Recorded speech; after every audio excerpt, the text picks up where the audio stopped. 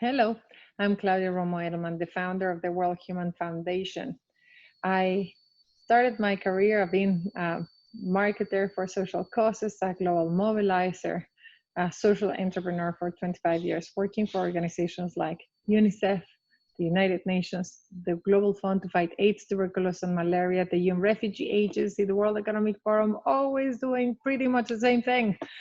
Same wine, different bottle, which is trying to make sure that we can win the hearts and minds of people to generate change, be leading marketing, leading communications, leading PR. And this is what I want to do now.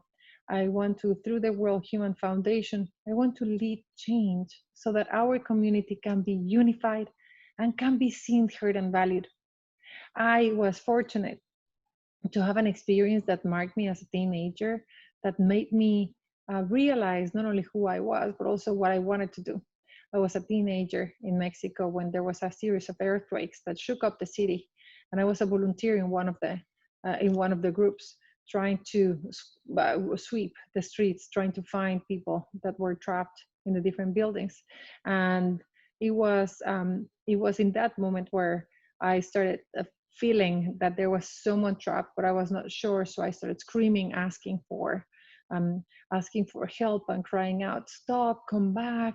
And there was this one guy from the group I was that turned around and believed in me and came back and started shouting out with me. And by then we knew that there was someone, and we started shouting and bringing more people to shout and more people until we moved the wall.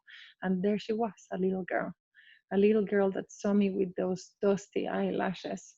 And she gave me that look of, "You got me." And that was something that I will never forget. It was the first time in my life where I felt useful. But not only that, it was the first time in my life in which I realized that everything that my father always complained, like, "Oh my God, you're so loud, you're so loud." That was great. Being loud was able to save a girl. And being loud is what I've been able to do all my entire 25 years and all my career. And I think it's great that not only we can be loud and save lives and help our community, but also be authentic, be who you are. And that's something that we should all do. Try to understand who we are and try to use that in our advantage. The Latino community has to very often pretend we're someone we're not at the workplace. We have to pretend we're quiet, we're not emotional, we're not passionate, we're not emotionally engaged. We have to pretend to be George when we're Jorge. And that's something that really needs to change. I want corporate America to create more inclusive environments so that our community can feel and be and bring their best selves to whatever we do.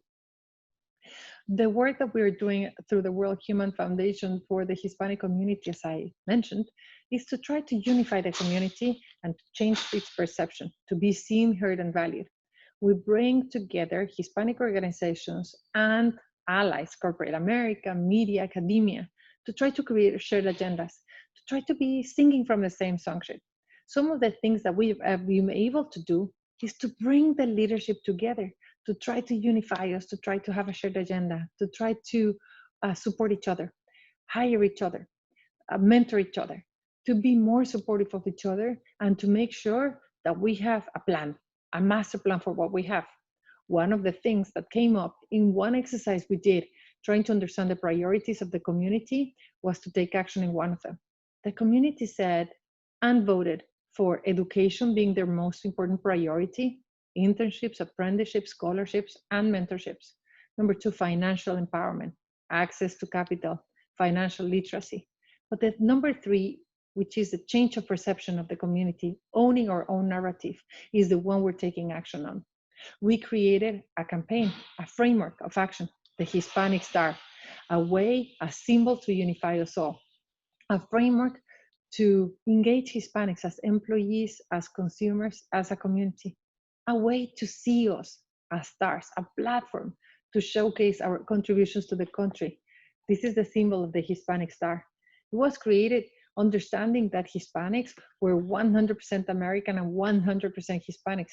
The star from the American flag, the ñ from Espanol and Portuguese, you put it together, there we go, a symbol, so that Mexicans, Colombians, Venezuelans, we can all identify.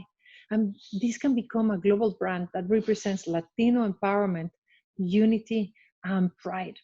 I think that having a symbol and a framework of action can allow all of us to be Hispanic Star companies, Hispanic Star shining a light in each other, Hispanic Star role models, heroes, a way to feel that we can connect. I saw it during COVID. During COVID, that affected our community so massively, Hispanics were able to support each other at the local level. Hispanic Star hubs, 30 of them, created in cities, a network of people from all different industries that want to support each other and want to move the agenda forward. I am very optimistic for the Hispanic community. I think that the World Human Foundation, that aims to advance diversity and inclusion, believes that the Hispanic community will be, this time around, the last generation to not be seen, not heard, not valued. And we're at the brink of seeing a generation of Hispanics that will be fully paid, fully respected, and fully seen. I want to thank you so very much for the opportunity of talking to you. And I would like to finish with one last story about COVID and how it impacts us and how important it is for all of us to have a framework in which we move from fear to action, from fear to love. My mother was affected by COVID, was hospitalized for more than 169 days, in which she demonstrated and she gave the virus her biggest fight. She was able to recover, come out of hospital, be with us.